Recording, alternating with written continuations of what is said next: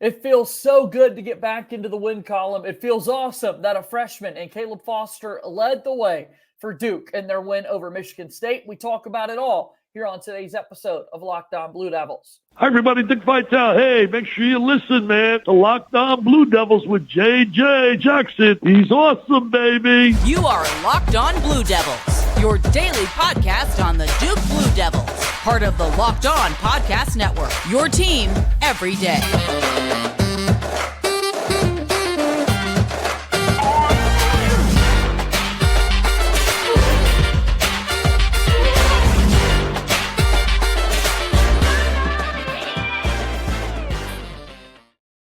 Hello, everybody, and welcome into another episode of the Locked On Blue Devils podcast. My name is JJ Jackson. It's so great to have you here with us on Wednesday, November 15th, 2023. Duke basketball, 2-1 on the year. They're back in the win column after a top 20 win over Michigan State last night. The Blue Devils down the Spartans in the Champions Classic, and it's so good to see Duke get back to their winning ways in Chicago. We talk about the game with our good pal, Kevin Connelly, the site expert on today's episode of Locked On Blue Devils. If you have not done so already, please be sure that you follow and subscribe to Locked On Blue Devils for free wherever you get your podcasts. Also, be sure to leave us a 5-star rating and written review. The algorithms really do love those written reviews. Be sure to check us out on YouTube as well. Subscribe to our YouTube channel, like this video, share it with your friends.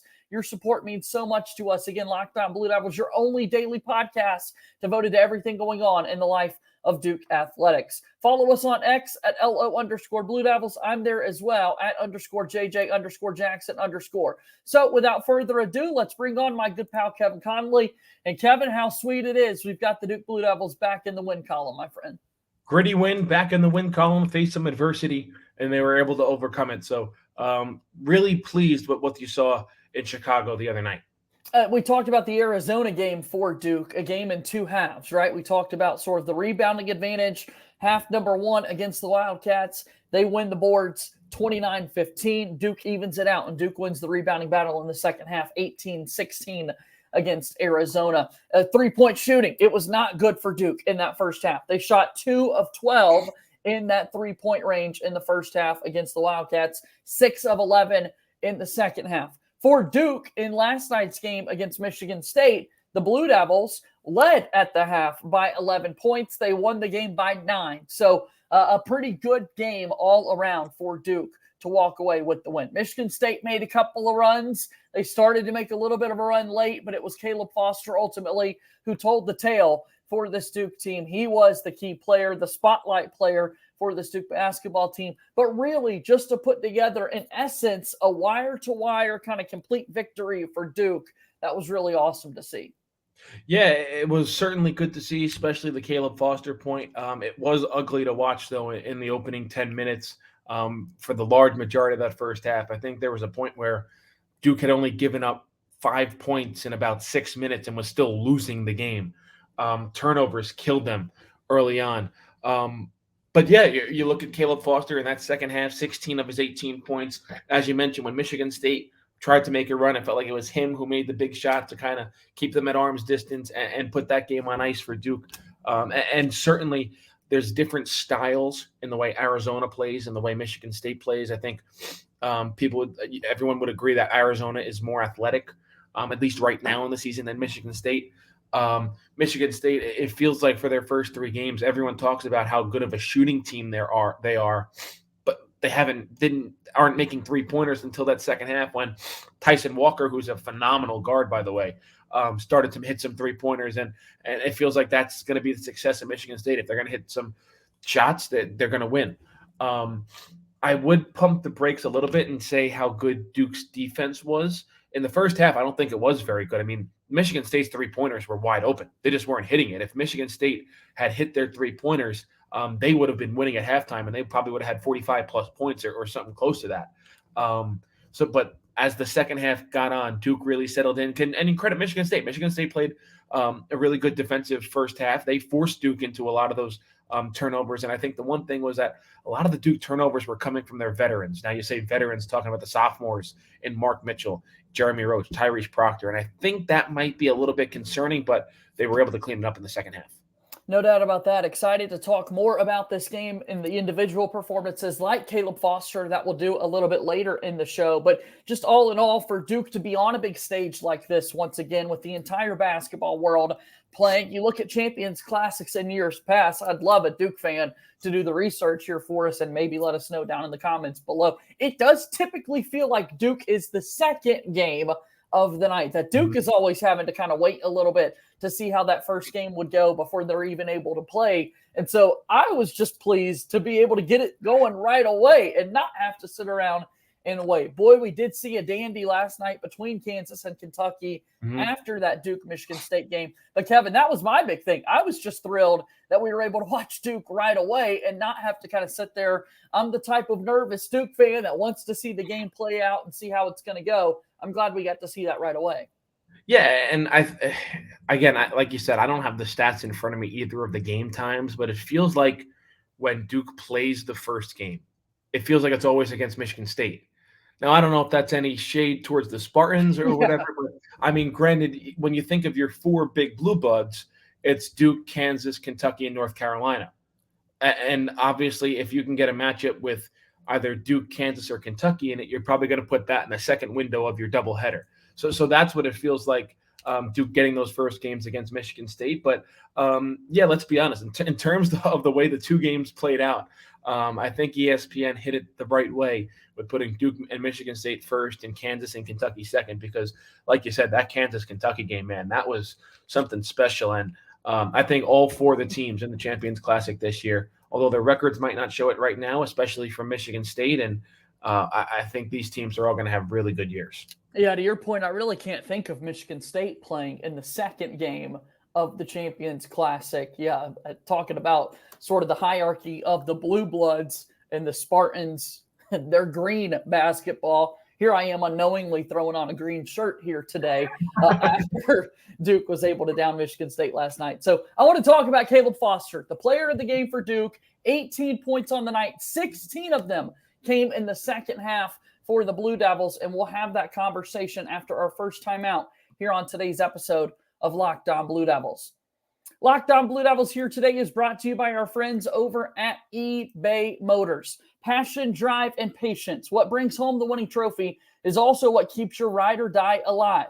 eBay Motors has everything that you need to maintain your vehicle and level it up to peak performance. From superchargers, roof racks, exhaust kits, LED headlights, and more.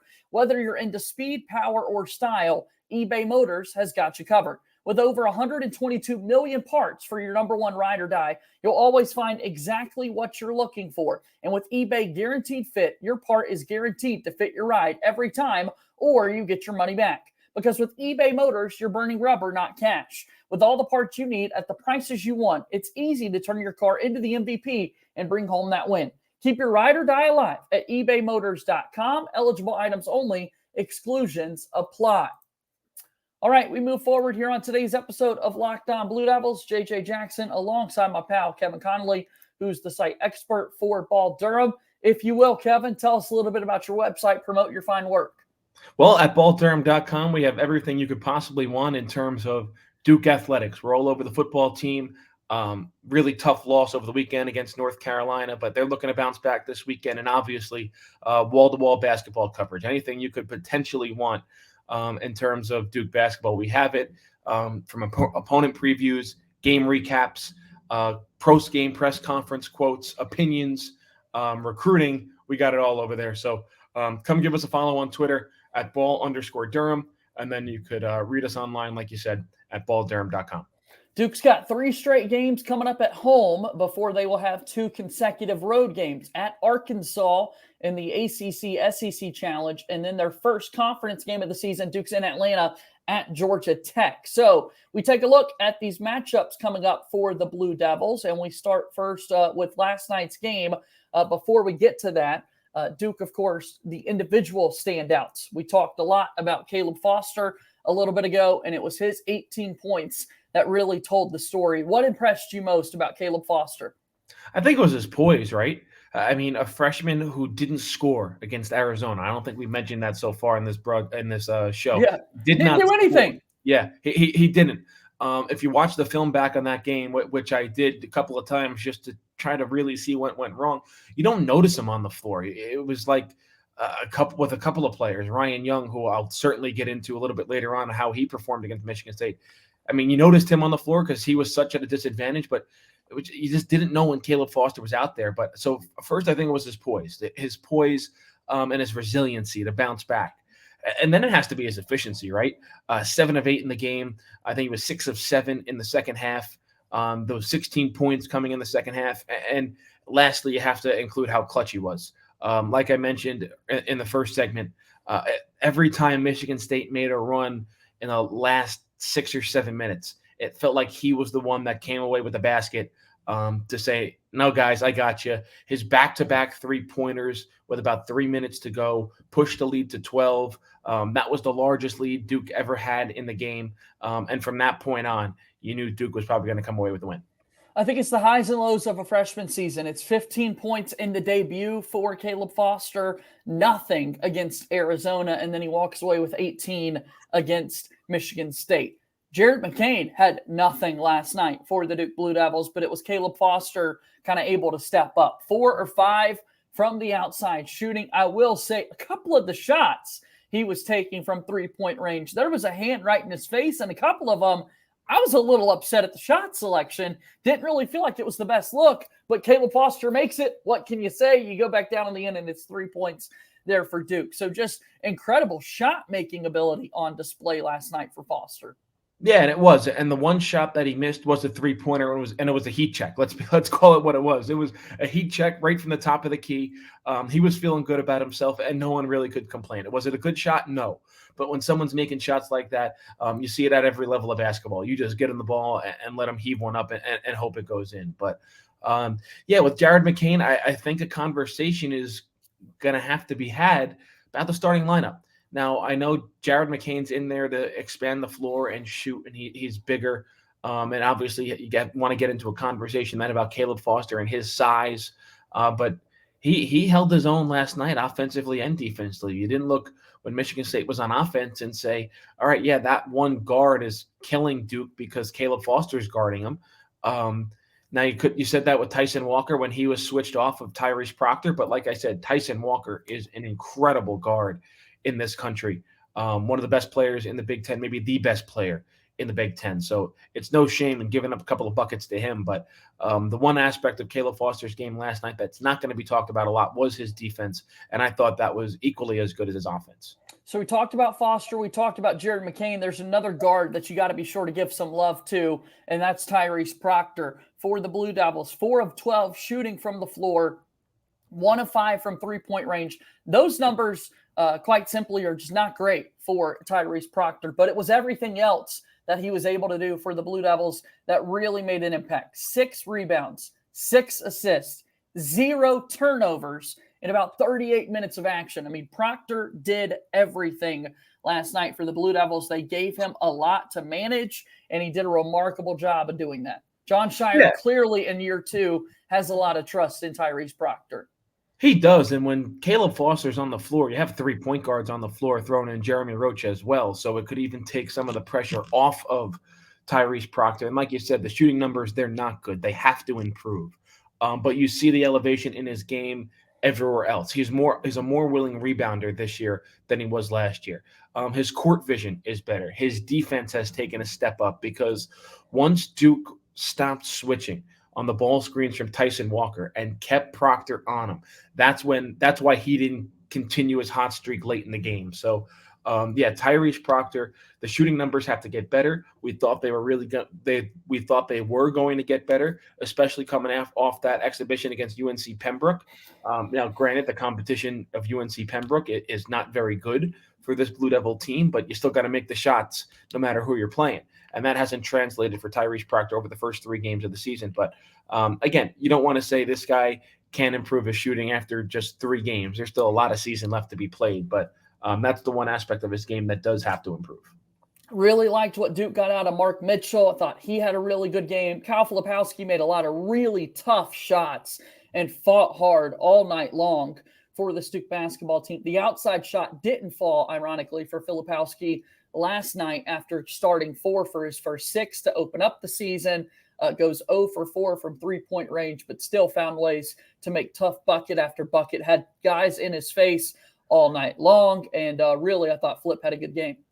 Yeah, and he's going to have to get used to it. Let's be honest. Teams are going to do that to him. They're going to rough him up. They're going to bump him around. They're not going to give him anything easy, and it feels like he accepted that challenge against Michigan State. Tom Izzo, Hall of Fame coach, his game plan was going to come in to slow down Kyle Filipowski. You're not going to stop him, but you just want to slow him down. And I think the passing that Filipowski had, he only had 3 assists, but some of his passes that led to buckets were just phenomenal. When Michigan State brought double and triple teams out of him, he stayed calm, he stayed poised. He's 7 foot, so he's still able to look over those double and triple teams, look around them, and find open guys.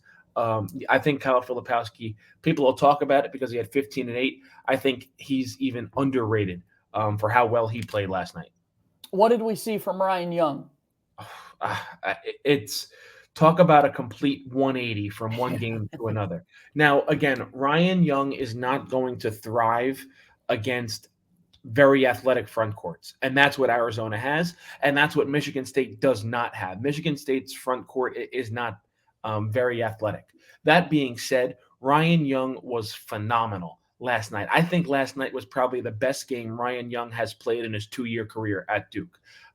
8 points, 7 rebounds, couple assists in 24 minutes. He had the highest plus-minus rating on the team last night. If you're unfamiliar with a plus-minus rating is what the team does when you're on the floor. So I think Duke outscored Michigan State by 24 points when Ryan Young was on the floor last night. Crazy. That was the highest of anybody on the Duke team. He was incredible last night. And I have to give John Shire credit because the best lineup for Duke last night was Tyrese Proctor, Jeremy Roach, Caleb Foster, Kyle Filipowski, and Ryan Young. And I thought late in the game, even when Michigan State was going to make their run, I thought he was going to take Young out and put Mark Mitchell in, who, let's be honest, Mark Mitchell had a decent game, 13 points. He got to the line a lot. His points came from the line. He was 9 of 9 from the free throw line. And he knocked him down. That was a big point. He knocked him down. He did. He still doesn't look fully healthy to me. Now, I know he played in the last 2 games, didn't play against Dartmouth with that ankle sprain. Maybe he gets a game off in these next 3 just to try and get fully healthy. But I credit John Shire for leaving Ryan Young out there. He stuck with his best 5 on the floor last night, and it paid off dividends. And then finally did put Mark Mitchell back on the floor as another free throw shooter, another ball handler, and maybe a little bit of better defender than Ryan Young in the last 90 seconds. But yeah, Ryan Young, again, watched every game he's played at Duke since he's come over from Northwestern. I firmly believe last night was his best game in a Duke uniform. Excited to see what this Duke basketball team can do in the days and weeks to come. A couple of big games coming up for the Duke Blue Devils before they really get tested once again on the road at Arkansas. Let's see how Duke can kind of get back into the swing of things, build some more momentum starting on Friday against Bucknell, and we'll do that when we wrap up our conversation on today's episode of Locked On Blue Devils right after this. Locked On Blue Devils here today is brought to you by our friends over at FanDuel. FanDuel is absolutely America's #1 sports book. And if you don't have FanDuel in your life, then shame on you. You've got to go over to FanDuel to see all the best lines for the NFL season. New customers get $150 in bonus bets with any winning $5 money line bet. That's $150 if your team wins. If you've been thinking about joining FanDuel, there's no better time to get in on the action than now. The app is so easy to use, a wide range of betting options, including spreads, player props, over-unders, and so much more. So go ahead and visit FanDuel.com/lockedon and kick off the NFL season. FanDuel is an official partner of the NFL. Final few moments here on today's episode of Locked On Blue Devils. JJ Jackson, alongside my pal Kevin Connelly, the site expert for Bal Durham, and we're talking about Duke basketball kind of moving forward. They've gotten a win against Michigan State. Now they get to go back home. They're going to play some mid-major teams coming up on their schedule. And what's going to be kind of the key emphasis, or where are we at in the Duke season now, 3 games into the year, but knowing the next 3 are against favorable opponents for Duke? Yeah, it's the Blue Devil Invitational. They get 3 games in Cameron, like you said, before they go to Arkansas and before they go to Georgia Tech. So after these 3 home games, back-to-back road games, one being one of the toughest games this team's going to face all season, and another being a conference game on the road, which are always difficult to win. You look first at Bucknell. Let's be honest, they're not very good. They're 1-3. I think the biggest thing for Duke is you can't let this be a trap game. Coming off the big win against Michigan State just a few days later, playing Bucknell on a Friday night, a little bit of a strange start time at 6 o'clock. Biggest thing I'm looking for is the rookies. I'm looking at Jared McCain. I'm looking for him to try and have a big game here against Bucknell. I'm looking for more minutes from Sean Stewart as well. Sean Stewart provided some good minutes against Arizona. Thought he had a couple good minutes against Michigan State as well. Want to see him out there for an extended period of time against Bucknell. LaSalle is the best of the 3 teams coming up. A team from the Atlantic 10. Now, that's a mid-major conference, but a lot of people know Atlantic 10 teams are typically capable of making noise in March. The competition they've beaten so far is not the best. Drexel, Northeastern, and Bucknell. They play Southern Indiana over the weekend, who Duke sees the following week on next Friday night. So the LaSalle game is the best team in this 3-game stretch. And like I said, Southern Indiana coming the day after Thanksgiving on Friday, November 24th. That's the worst of these 3 teams, in my opinion. So a game for Duke against Bucknell, not to fall into a trap. They're going to have some competition, in my opinion, against LaSalle. And then Southern Indiana, I think, is a good tune-up game coming right after Thanksgiving. Get that turkey out of you, you gear up, and then you go down to Arkansas a couple days later and face probably the most hostile atmosphere you're going to face this season, and I'm including the Carolina game in that. Arkansas and Fayetteville is going to absolutely be on fire when the Blue Devils come into that arena on the last couple of days in November. We're going to be able to talk about the rotation in the upcoming days and sort of what that looks like for this Duke basketball team. John Shire, some interesting comments after the game last night, making it seem like maybe the rotation's kind of solidified. Very limited minutes for Sean Stewart, although he was one of the first players off the bench for Duke, given how well Ryan Young played last night. Jalen Blake's not really involved in what Duke is doing. TJ Power did not get off the bench, a top freshman that Duke has this season, and no Christian Reeves at all for Duke. So I think these next 3 games, Kevin, might be a chance for those players to kind of, prove a point that maybe they do want to be a part of what Duke's doing. It 100% is, and it's a chance for them to develop. Like, if Duke needs 35 minutes from Kyle Filipowski, Jeremy Roach, Tyrese Proctor, Mark Mitchell, so on and so forth, in these 3 games, something's gone wrong. Something's gone very, very wrong, either in the game or with the development and practice of these younger players. So that's the biggest thing to look for in these next 3 games. It's the development and trying to grow the confidence of these younger guys. Because let's be honest, when we get into February and March, the rotation is going to naturally shrink, as it always does. But you're probably going to need these guys eventually to come off the bench and provide good minutes on the road at Virginia Tech, on the road at NC State, in a home game against Miami. You're going to need these guys to perform well. So this is the chance for them to really get their feet wet and try and put together multiple positive games in a row. So that's what fans should look for over these next 10 days or so. Well, we'll be talking all about it here on Locked On Blue Devils. You'll be writing about it and have plenty of stories coming people's ways over at baldurham.com. Kevin, as always, it's delightful to see you. Thank you for the time here today, and we'll do this again next week, okay? Thanks, JJ. All right, that's Kevin Connelly joining us here on today's episode of Locked On Blue Devils. Thank you so much for your support here of the program today. That will do it for our show. We're back at it with you again tomorrow. As always, go Duke. I'll talk to you tomorrow. My name is JJ Jackson. Thank you and good day.